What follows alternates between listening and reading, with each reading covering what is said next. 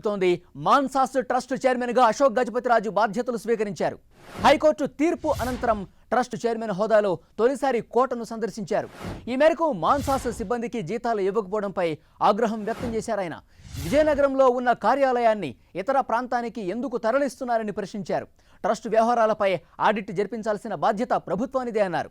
రామతీర్థ విగ్రహ పునఃప్రతిష్ఠ కార్యక్రమానికి కూడా తనను ఆహ్వానించలేదన్నారు.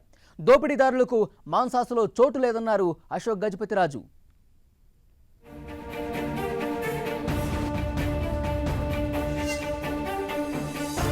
అధికారులు భయపడితే ప్రయోజనం లేదని, పారదర్శకతతో ముందుకు వెళ్లాలని గజపతిరాజు సూచించారు. ఇటీవల మాన్సాస్ ట్రస్ట్ చైర్మన్ గా తిరిగి అశోక్ గజపతిరాజును హైకోర్టు నియమించడంతో చాలా రోజుల తర్వాత ఆయన కోటలోకి ప్రవేశించారు.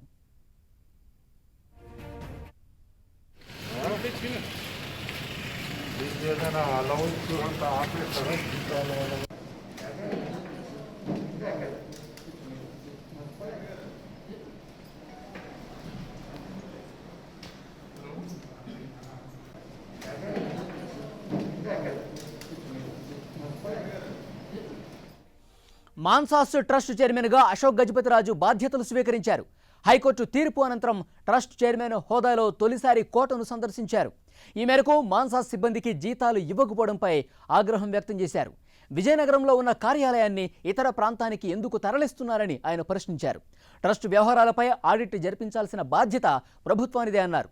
రామతీర్థ విగ్రహ పునఃప్రతిష్ఠ కార్యక్రమానికి కూడా తనను ఆహ్వానించలేదన్నారు. ఆయన దోపిడీదారులకు మాన్సాస్లో చోటు లేదన్నారు అశోక్ గజపతిరాజు.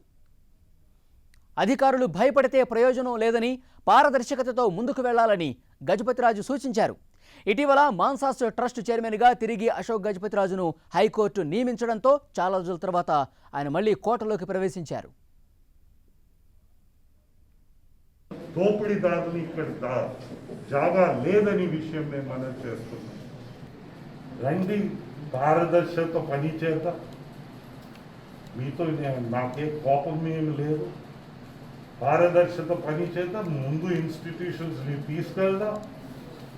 అసలు ఈ హడావిడి చేసే ముందన రాజకీయం ఈ దీంట్లో తీసుకురాచే ముందన ఎక్కడైనా జీతాల ప్రాబ్లం వచ్చాయా? ఆస్తులన్నీ ఇక్కడ ఉండాలి. మాన్సాస్ అసలు పుట్టింది విజయనగరం, ఈ కోట. ఏదో నేను వినికిరి ఏదో బయట పంపించారు. దేనికోసమని బయట పంపించారు?